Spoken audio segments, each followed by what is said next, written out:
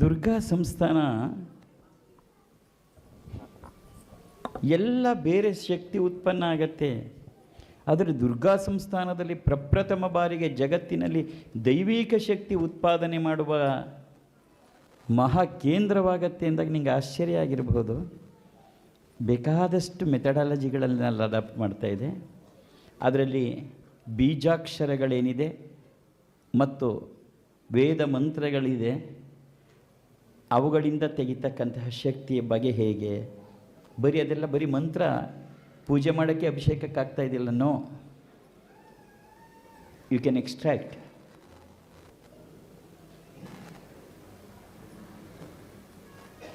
ಏಕಾದಶವಾರ ರುದ್ರಾಭಿಷೇಕ ಅಂದರೆ ಏನು ಅಂದರೆ ಲಿಂಗಕ್ಕೆ ಪೂಜೆ ಮಾಡೋದಲ್ಲ. 5 ಪಂಚೇಂದ್ರಿಯಗಳು, 5 ಜ್ಞಾನೇಂದ್ರಿಯಗಳು, 1 ಮನಸ್ಸು, 11ನ್ನು ಇಟ್ಟು ನೀನು ರುದ್ರವನ್ನು ಶುರು ಮಾಡಿದ್ರೆ ನೀನು 7 ಹೊತ್ತಿಗೆ ರುದ್ರನಾಗಿ ಹೇಳಬೇಕು. ಅದು ನಮ್ಮ ಭಾರತೀಯ ಉಪನಿಷತ್ತಿನ ಕಲ್ಪನೆ. ಒಂದು ಮೂರ್ತಿಗೆ ಅಭಿಷೇಕ ಮಾಡೋಕ್ಕೆ ಅವ್ರು ಮಾಡಲಿಲ್ಲ ಅದನ್ನು. ಅದಕ್ಕಿಂತ ಹೆಚ್ಚಾಗಿ ಮನುಷ್ಯನಲ್ಲಿ ಅದಮ್ಯವಾಗಿರುವ ಶಕ್ತಿ ಯಾವುದು ಗೊತ್ತಾ? ನೋಡೋಣ, ಹೇಳು. ಮನುಷ್ಯನಲ್ಲಿ ಹೃದಯದಲ್ಲಿ ಪ್ರತಿಯೊಬ್ಬರಲ್ಲೂ ಅಡಗಿರುವ, ಎಲ್ಲ ಜೀವಿಗಳಲ್ಲಿದೆ, ಅದರ ಹೊರಗೆ ಬರೋಕ್ಕಾಗಲ್ಲ ಅದು, ಆದರೆ ಮನುಷ್ಯನಲ್ಲಿ ಹೊರಬರೋಕ್ಕೆ ಸಾಧ್ಯ ಇದೆ. ಅದಮ್ಯವಾದಂಥ ಶಕ್ತಿ ಯಾವುದು ಹೇಳು ನೋಡೋಣ, ಹೇಳು. ದೈವಿಕ ಶಕ್ತಿ, ಸರಿ. ಯಾವುದರಿಂದ ಅದು?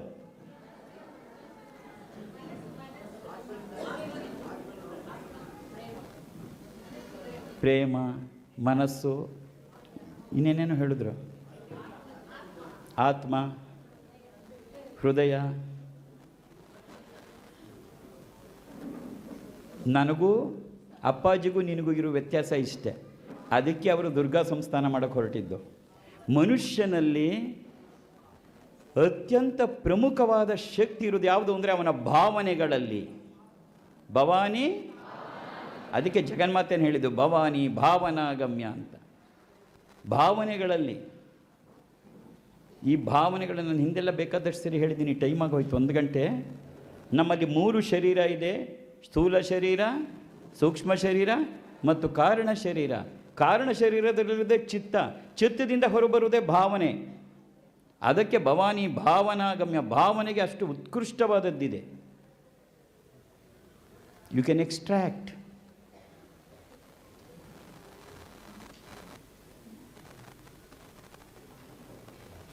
ಬ್ರಹ್ಮಚೈತನ್ಯ ಮಹಾರಾಜರು ಗೋಂದಾವಲೆ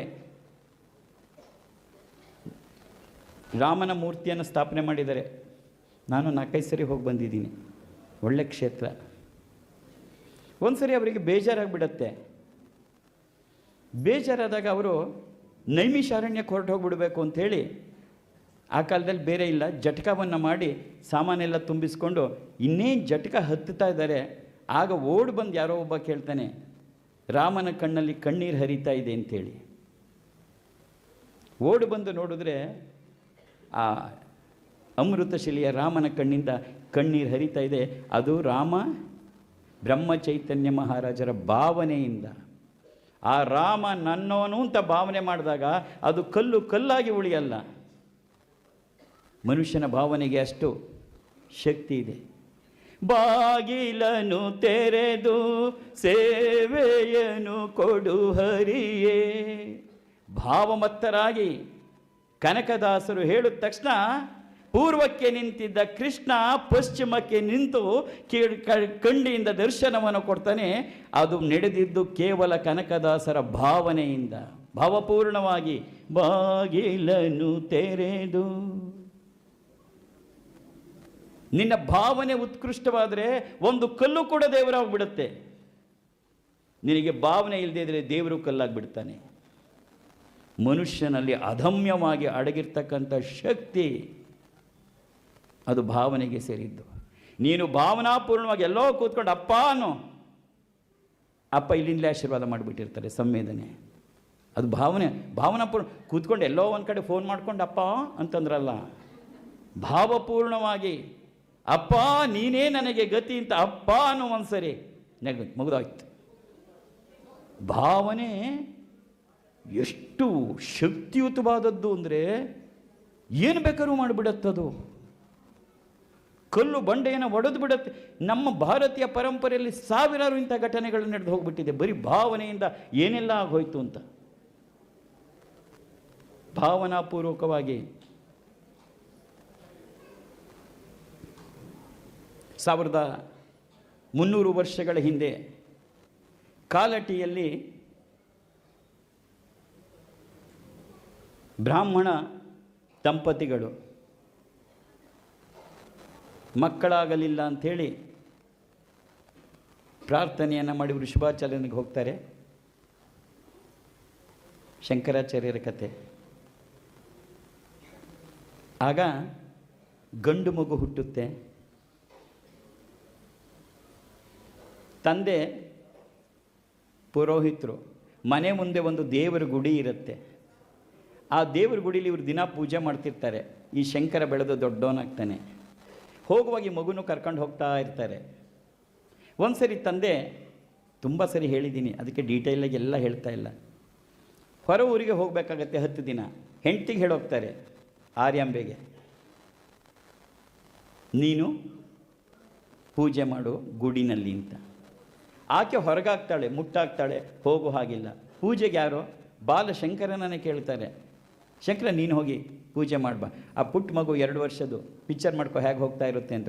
ಪುಟ್ಟ ಹೆಜ್ಜೆ ಇಟ್ಕೊಂಡು ಒಂದು ಬುಟ್ಟಿನಲ್ಲಿ ಹೂವು ಇಟ್ಕೊಂಡು, ಹಾಲು ಅದರೊಳಗೆ ಇಟ್ಟಿದ್ದಾರೆ, ಇಟ್ಕೊಂಡು ಬಾಲಭಾಷೆಯಲ್ಲಿ ಪೂಜೆ ಮಾಡುತ್ತೆ.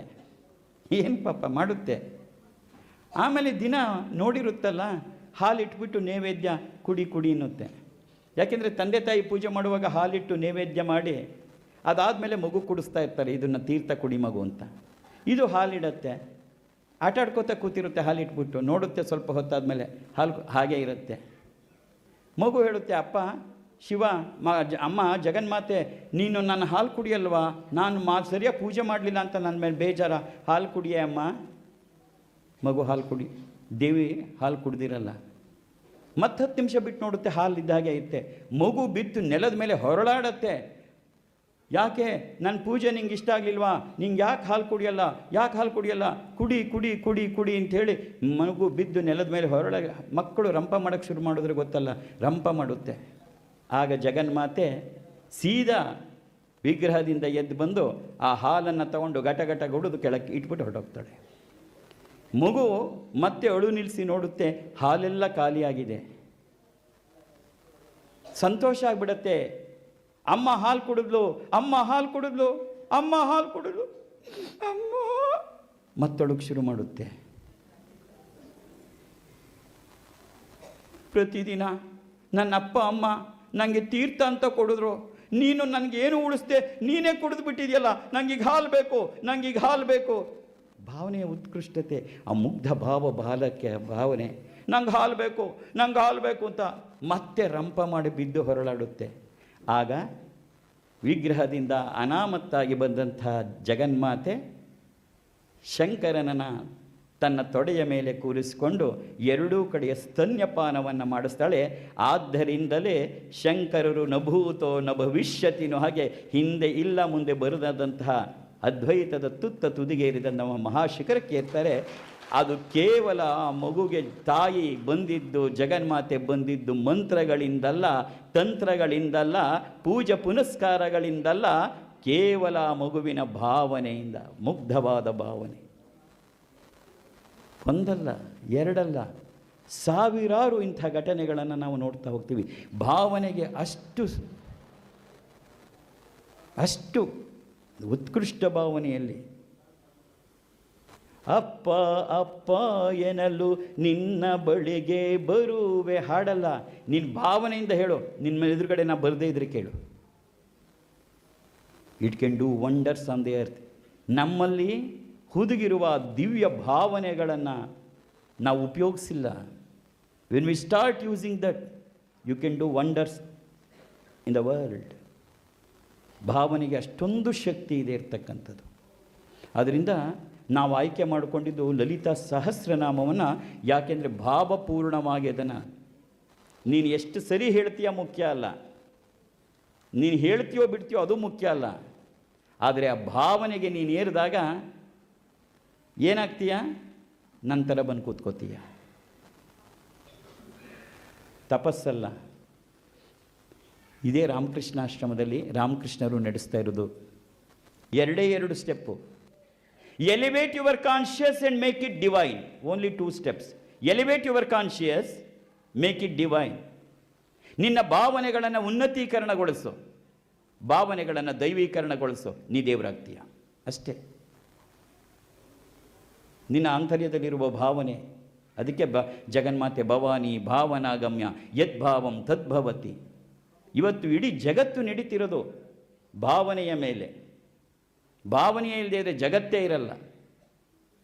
ಅದಕ್ಕೆ ನಮ್ಮ ಗುರುಗಳು ಹೊಸದಾಗಿ ಮದುವೆಯಾದ ಹುಡುಗ ಹುಡುಗಿನ ಕರ್ಕೊಂಬಂದಾಗ ಹೇಳೋರು, ಹುಡುಗಿಗೆ ಒಂದು ಸೀರೆ ಹೊತ್ತು ಹೇಳೋರು, ಮಗು ನಿನ್ನ ಗಂಡನನ್ನು ಗುಲಾಮನನ್ನಾಗಿ ಮಾಡಿಕೊಂಡು ಗುಲಾಮನ ಹೆಂಡತಿಯಾಗಿ ಬದುಕುವ ಬದಲು ನಿನ್ನ ಗಂಡನನ್ನು ರಾಜನನ್ನಾಗಿ ಮಾಡಿಕೊಂಡು ನೀನು ರಾಣಿಯಾಗಿ ಬದುಕು ಅಂತ. ನಿನ್ನ ಗಂಡನ ನಿನ್ನ ಗುಲಾಮ ಅಂತ ಭಾವಿಸಿದ್ರೆ ನೀನೇನಾಗ್ತೀಯ? ಗುಲಾಮನ ಹೆಂಡತಿ ಆಗ್ತೀಯ. ನಿನ್ನ ಗಂಡನ ರಾಜ ಅಂತ ಭಾವಿಸಿದ್ರೆ ಏನಾಗ್ತೀಯ? ಭಾವನೆ ಮೇಲಷ್ಟೇ. ಅವನು ಬದಲಾಗಲ್ಲ, ನೀನು ಬದಲಾಗಲ್ಲ, ಆದರೆ ಭಾವನೆ ಬದಲಾಗತ್ತೆ. ಇಡೀ ಜಗತ್ತು ಗಂಡನ್ನು ಕರೆದು ಹೇಳೋರು, ನಿನ್ನ ಹೆಂಡತಿಯನ್ನು ಗುಲಾಮಲಾಗಿ ಮಾಡಿಕೊಂಡು ಗುಲಾಮಳ ಗಂಡನಾಗಿ ಬದುಕುವ ಬದಲು ನಿನ್ನ ಹೆಂಡತಿಯನ್ನು ರಾಣಿಯಾಗಿ ಮಾಡಿಕೊಂಡು ರಾಜನ ಬದುಕು. ನೀನು ಹೇಗೆ ನೋಡ್ತೀಯ ಹಾಗೆ. ಯದ್ಭಾವಂ ತದ್ಭವತಿ. ನೀನು ಹೇಗೆ ಭಾವನೆ ಮಾಡ್ಕೋತೀಯ? ಈ ಪ್ರಪಂಚ, ಭಗವಂತ ಎಲ್ಲ ಕೂಡ ಭಾವನೆಗಳಿದೆ. ಆ ಭಾವನೆಗಳನ್ನು ಹೊರತರಲಿಲ್ಲ, ನಾವು ಪ್ರಯತ್ನ ಮಾಡಿಲ್ಲ. ಇದು ದುರ್ಗಾ ಸಂಸ್ಥಾನದ ಮಹಾ ಸೋರ್ಸ್. ಇದು ಅದಕ್ಕೆ ನಾನು ಯಾತಕ್ಕೆ ಹೇಳಿದ್ದು ಅಂತ ಹೇಳಿದ್ರೆ, ಶ್ರೀಚಕ್ರ ನಿಲಿಯ ತಗೊಂಡವರೆಲ್ಲ ಜೀವನದಲ್ಲಿರುತ್ತೆ ಅಂದರೆ ನಿನ್ನನ್ನು ನಿರಂತರವಾಗಿ ನಿನ್ನ ಉನ್ನತೀಕರಣ ಆಗಿ ಹೋಗ್ತಾ ಹೋಗುತ್ತೆ. ನಿನ್ನ ಭಾವನೆಗಳ ಉನ್ನತೀಕರಣ. ನೀನಿದ್ದಾಗೆ ಇರ್ತೀಯ. ಜೀವಂತ ಲಲಿತೆ ಅಂದರೆ ಚೂಡಿದಾರ್ ಬಿಟ್ಟು ಸೀರೆ ಹಾಕು ಅಂತಲೂ ಹೇಳಲ್ಲ. ಸೀರೆಗೂ ಚೂಡಿದಾರ್ಗೂ ಭಾವನೆಗೂ ಸಂಬಂಧವೇ ಇಲ್ಲ. ಆಂತರ್ಯದ ಬೆಳವಣಿಗೆ ಇದು. ಪ್ರತಿಯೊಂದು ಹಾಗೆ ನಡೆಯುತ್ತೆ. ಅದಕ್ಕೆ ನಮಗೆ ಆಧಾರ ತಗೊಂಡಿರೋದೇ ಲಲಿತಾ ಸಹಸ್ರನಾಮ. ಅದನ್ನು ಇವಾಗ ನೀವು ಕುಂಕುಮಾರ್ಚನೆ ಮಾಡುವಾಗ ಭಾವಪೂರ್ಣವಾಗಿ ಅದನ್ನು ಮಾಡುವ ಪ್ರಯತ್ನ ಮಾಡಬೇಕು.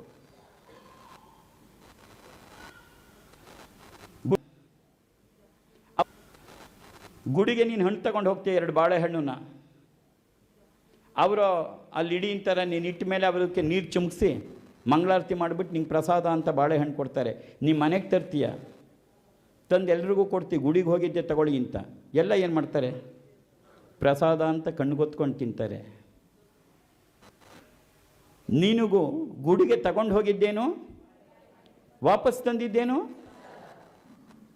ಮಗು, ನೀನು ಗುಡಿಗೆ ತಗೊಂಡು ಹೋಗಿದ್ದು ಬಾಳೆಹಣ್ಣು, ಅವರೇನಾದ್ರು ನೀರು ಚಿಮ್ಕುತ್ತಿದ ತಕ್ಷಣ ಅದು ಆರೆಂಜ್ ಆಯಿತಾ, ಆ್ಯಪಲ್ ಆಯಿತಾ, ಮ್ಯಾಂಗೋ ಆಯಿತಾ? ಬಾಳೆಹಣ್ಣೆ. ನೀನು ಗುಡಿಗೆ ತಗೊಂಡು ಹೋಗಿದ್ದು ಬಾಳೆಹಣ್ಣು, ವಾಪಸ್ ತಂದಿದ್ದು ಬಾಳೆಹಣ್ಣು, ಆದರೆ ಅದು ಪ್ರಸಾದ ಆಗಿದ್ದು ಯಾವಾಗ? ನೀನು ಗುಡಿಗೆ ತಗೊಂಡು ಹೋಗುವಾಗ ಅದನ್ನು ಬಾಳೆಹಣ್ಣು ಅಂತ ಭಾವಿಸ್ತೆ, ವಾಪಸ್ಸು ತರುವಾಗ ಅದನ್ನು ಪ್ರಸಾದ ಅಂತ ಭಾವಿಸ್ತಾ, ಆಗದು ಪ್ರಸಾದ ಆಯ್ತಷ್ಟೆ. ಬದಲಾಗಿದ್ದು ಬಾಳೆಹಣ್ಣಲ್ಲ, ನೋಡುವ ನಿನ್ನ ಕಣ್ಣು. ವಿ ಹ್ಯಾವ್ ಟು ಈ ಭಾವನೆಯನ್ನು ಉತ್ಕೃಷ್ಟ ಮಾಡಿಬಿಟ್ರೆ ಯಾವ ದೇಶನೂ ನಮ್ಮನ್ನೇನು ಮಾಡೋಕ್ಕಾಗಲ್ಲ. ಆ ಮಟ್ಟಕ್ಕೆ ನಾವು ಶಕ್ತಿವಂತರಾಗ್ಬಿಡ್ತೀವಿ. Elevate your conscious and make it divine. ನಿನ್ನ ಭಾವನೆಗಳನ್ನು ಉನ್ನತೀಕರಣಗೊಳಿಸು, ಭಾವನೆಗಳನ್ನು ದೈವೀಕರಣಗೊಳಿಸು. You will become God. That's all. Yes, it is possible. ಆಗತ್ತೆ, ಎಲ್ಲರ ಕೈಲೂ ಆಗುತ್ತೆ. ಅದೇ ಬಹುಮುಖ್ಯವಾದಂಥ ನಮ್ಮ ಸೋರ್ಸ್. ಲಲಿತಾ ಸಹಸ್ರನಾಮವನ್ನು ನಮ್ಮ ಪರಮ ಪೂಜ್ಯ ವಿರಜಾನಂದ ಸರಸ್ವತಿ ಮಹಾರಾಜರು ನನಗೆ ದೀಕ್ಷೆಯನ್ನು ಕೊಟ್ಟ ಮೇಲೆ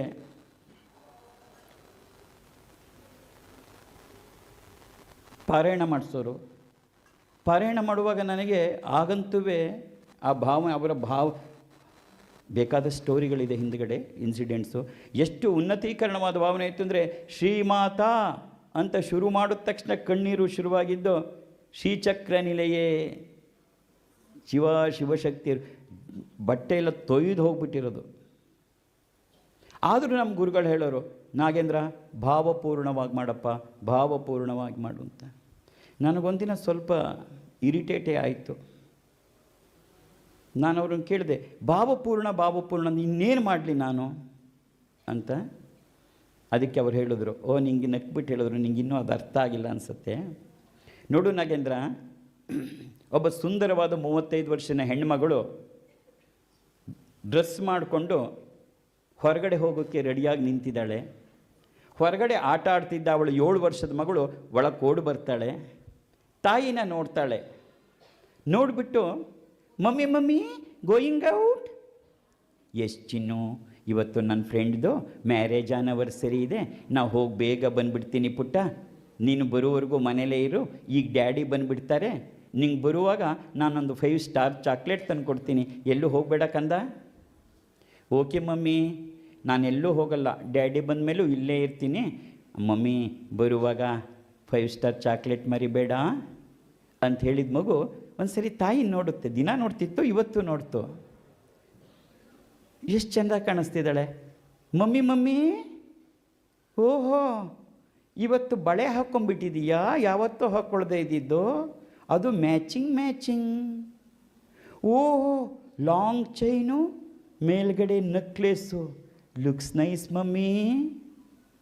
ಅಮ್ಮ ಕಿವಿಗೆ ಇವತ್ತು ದಿನ ಓಲೆ ಇಟ್ಕೊತಿದ್ದೆ, ಇವತ್ತು ರಿಂಗ್, ಲುಕ್ಸ್ ನೈಸ್ ಮಮ್ಮಿ. ಅಮ್ಮ ಇವತ್ತು ಹಣೆಗೂ ಬೇರೆ ಥರ ಇಟ್ಕೊಂಡ್ಬಿಟ್ಟಿದೆಯಾ, ದಿನ ತಿಲಕ ಇಟ್ಕೊತಿದ್ದೆ, ಇವತ್ತು ರೌಂಡ್. ಮಮ್ಮಿ ತಲೆನೂ ಬೇರೆ ಥರ ಬಾಚ್ಕೊಂಡಿದೀಯಾ, ಇವತ್ತು ಸ್ವಲ್ಪ ಗುಪ್ಪೆ ಅಂಥೇಳಿ ಮಗು ಒಂದು ಹೆಜ್ಜೆ ಹಿಂದೆ ಹೋಗಿ ತಾಯಿನ ನೋಡುತ್ತೆ. ಮಮ್ಮಿ ನೀನು ಎಷ್ಟು ಚೆಂದ ಕಾಣಿಸ್ತಿದೀಯ ಗೊತ್ತಾ, ನೀನು ನನ್ನ ಬಂಬಾಟ್ ಮಮ್ಮಿ ಅಂತ ಹೋಗಿ ಒಂದು ಸರಿ ತಬ್ಗೊತ್ತೆ. ಇದೇ ಲಲಿತಾ ಸಹಸ್ರನಾಮ. ಇದೇ ಭಾವನಾಯುಕ್ತವ, ಸುಮ್ಮನೆ ಹೇಳುವುದಲ್ಲ ಅದು. ನನ್ನಮ್ಮ ಅವಳು. ರಾಮಕೃಷ್ಣರು ಹೇಳಿದ್ದಷ್ಟೇ, ಎಲ್ಲಿಯವರೆಗೆ ನೀನು ಜಗನ್ಮಾತೆಯನ್ನು ಜಗನ್ಮಾತೆ ಅಂತ ಕರಿತಿ, ಎಲ್ಲಿಯವರೆಗೆ ಜಗನ್ಮಾತೆಯನ್ನು ವಿಶ್ವಮಾತೆ ಅಂತ ಕರಿತಿ, ಅದುವರೆಗೂ ನಿನಗೆ ಬರಲ್ಲ. ಯಾವತ್ತೂ ಅವಳನ್ನು ನಿನ್ನ ಅಮ್ಮ ಅಂತ ಭಾವಿಸ್ತಿ, ನಿನ್ನ ಪಕ್ಕ ಬಂದು ಕೂತ್ಕೋತಾಳೆ. ಅವಳು ನಮ್ಮಮ್ಮ ಅಲ್ಲ, ನನ್ನಮ್ಮ ಅವಳು. ಆ ಭಾವನೆಯ ಉತ್ಕೃಷ್ಟತೆಗೆ ಹೋದಾಗ it can do wonders on the earth. ಈಗ ನೀ ಕುಂಕುಮಾರ್ಚನೆ ಮಾಡುವಾಗಲೂ ಅಷ್ಟೇ ನನ್ನಮ್ಮನಕ್ಕೆ ಕೂಚಿದ್ದೀನಿ. ಮೊದಲು ಭಾವನೆ ಇಟ್ಕೊಂಡು ಕುಂಕುಮ ಉದುರಿಸಿದ್ದೆಲ್ಲ ಕುಂಕುಮಾರ್ಚನೆ ಆಗಲ್ಲ.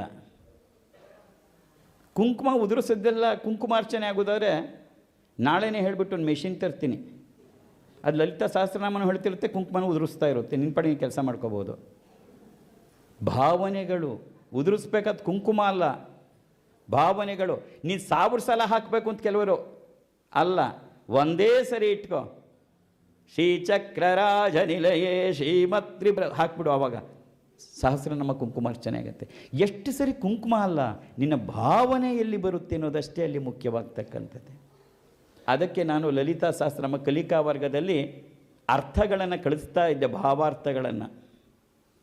ಅದನ್ನು ಮತ್ತೆ ಮತ್ತೆ ಕೇಳಬೇಕು, ಕೇಳಿ ಹೃದಯಕ್ಕೆ ತುಂಬ್ಕೋಬೇಕು, ಆವಾಗ ಭಾವನೆ ಉಂಟಾಗತ್ತೆ. ಶ್ರೀಚಕ್ರ ನಿಲಯನಲ್ಲಿ ನನ್ನ ಸಂಪೂರ್ಣವಾಗಿ ನಾ ಮಾಡಿದ್ದೆಲ್ಲ ಏನೇನು ಮಾಡಿದೆ ಅನ್ನೋದನ್ನು ಬರೆದಿಟ್ಟಿದ್ದೀನಿ.